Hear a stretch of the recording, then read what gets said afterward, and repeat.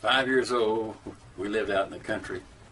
Dad was a worker on the farm, making 50 cents a day back there then. At that time, I was about 5 years old when my grandfather made the ukulele, or made the case for the ukulele.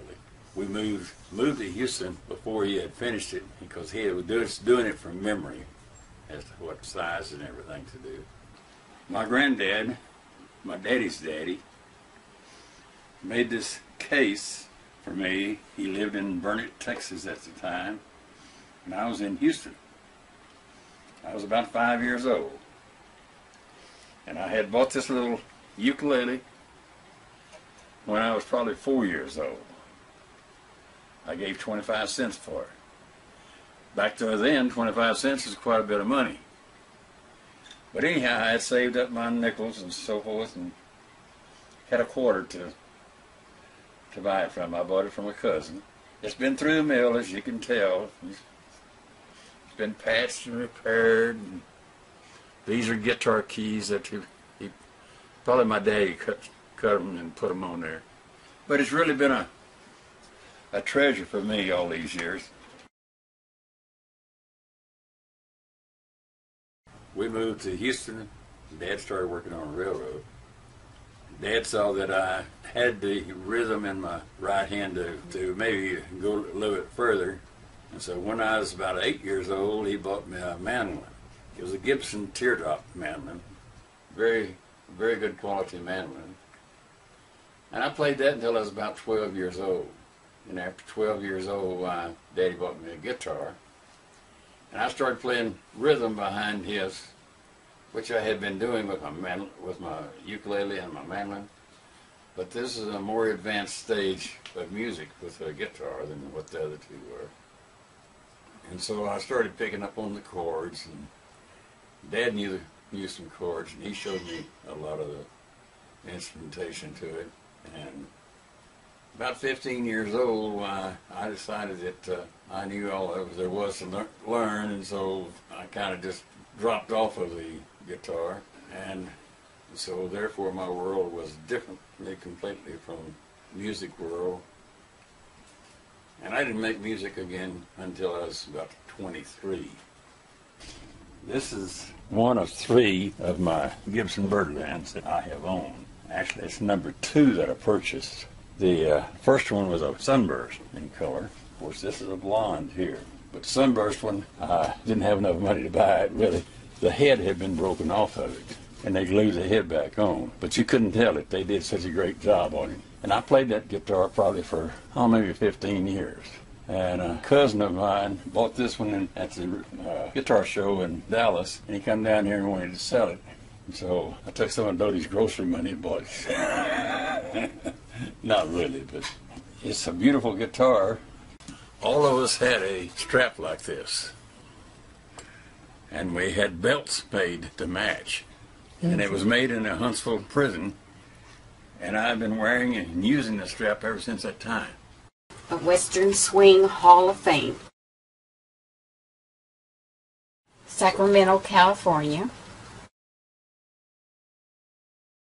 This one is Gatesville Country Music Hall of Fame. Next one is, that's in San Marcos at the Western Swing Hall of Fame. And the most recent one was in 2012, is the Cowtown Society, which was in Mineral Wells, Texas.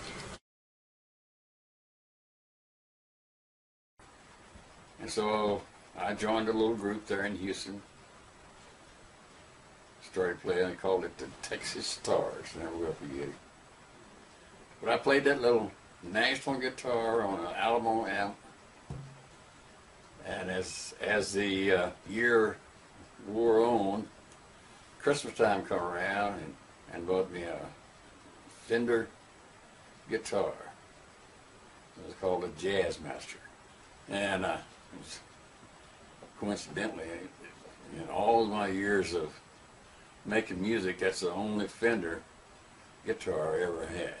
But I played it for a year, and then when I went to work with a guy that booked a little old joint there in Houston, And we played there 6 nights a week for 11 months. It was the downfall of my world, I guess. But yeah, that's where I got a lot of the experience. But strictly rockabilly music at that time. And I was probably 24, 25, along in that area. The guitar that I bought was a good one. Kept it for, maybe 3 years. Because in that time I had went back to country music completely and went to work at the Texas Ballroom and playing 5 nights a week. And I wore the frets out on the Gibson guitar. So the music store loaned me a Gibson guitar, which is a 135, and I played it until the ES 335 came back from the factory. When it come back from the factory, why, what they did to it, I don't know, but it never did play right. I never did play another job with it. I run across a Birdland. And boy, I fell in love with the Birdland. It had vibrations. It was just a guitar made for me, I guess. Hank Garland and Billy Bird designed that guitar, and they designed it with a short neck and a medium thin body, which really worked for me. I bought that Gibson Birdland. If I'm not mistaken, I gave $600 for it. So I didn't have the $600. He said, you pay me when you can, what you can when you can. That was the dream come true, really. The guitar was a fine old guitar. It just had too many hours on it. I think it's probably 12, 15 years I played it. But then I run across this one here. He wanted $1,500 for it. Well, we were still struggling, trying to make ends meet. So I told him, I said, okay. And my wife wrote him a check, $1,500. It's a Gibson Birdland. It has the name Birdland right there. But this neck is shorter than what this neck is on this guitar here. And I guess that's what makes it feel so great to me. I worked the Cameron Opry out there, and we get there at 4 o'clock in the afternoon and rehearse, then play the show and go to 10 o'clock.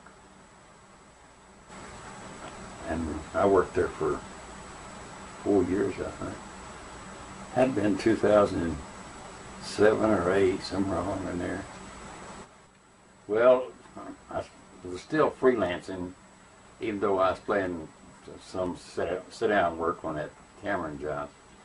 But mostly it was different guys that called me. One band would have somebody that couldn't be there that time, and they needed somebody to take his place.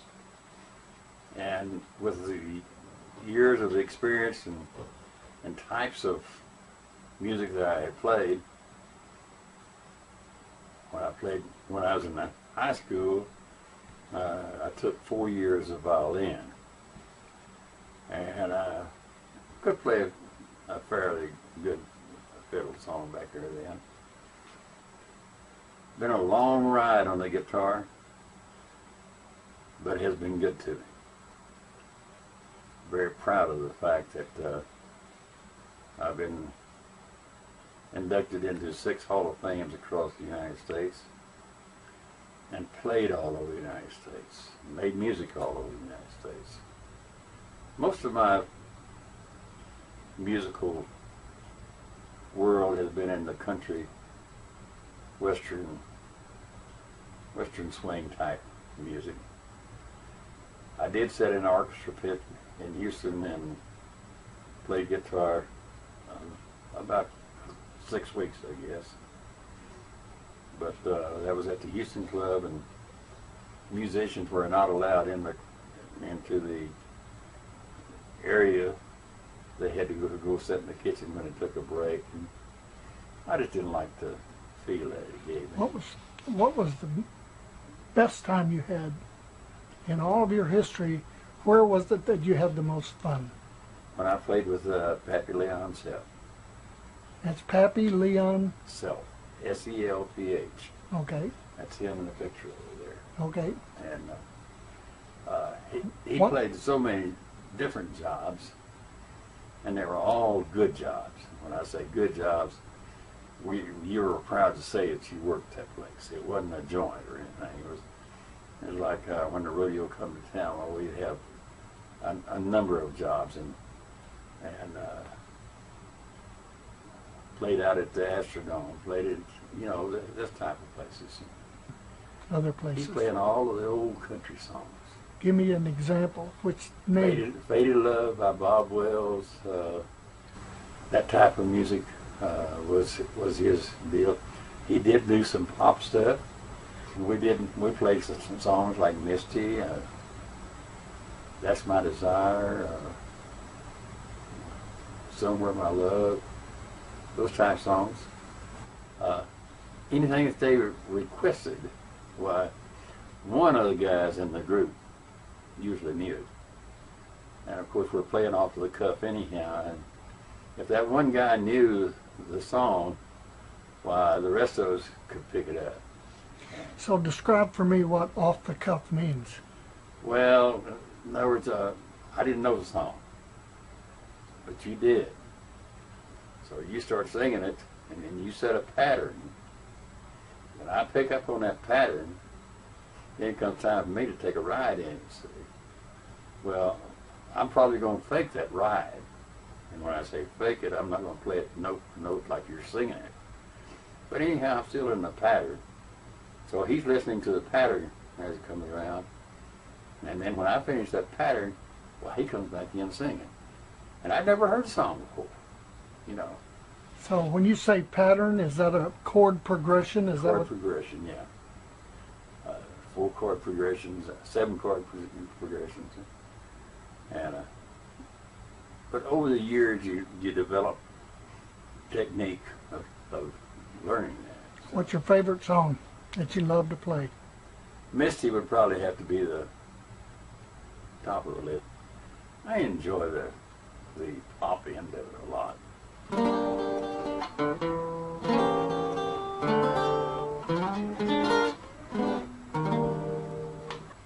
I guess the fact of receiving the Hall of Fame awards is, to me, the greatest honor that's been put on. Being able to play behind great artists, the Wilburn Brothers, Charlie Pride, a number of different artists, and that's what where I got most of my experience is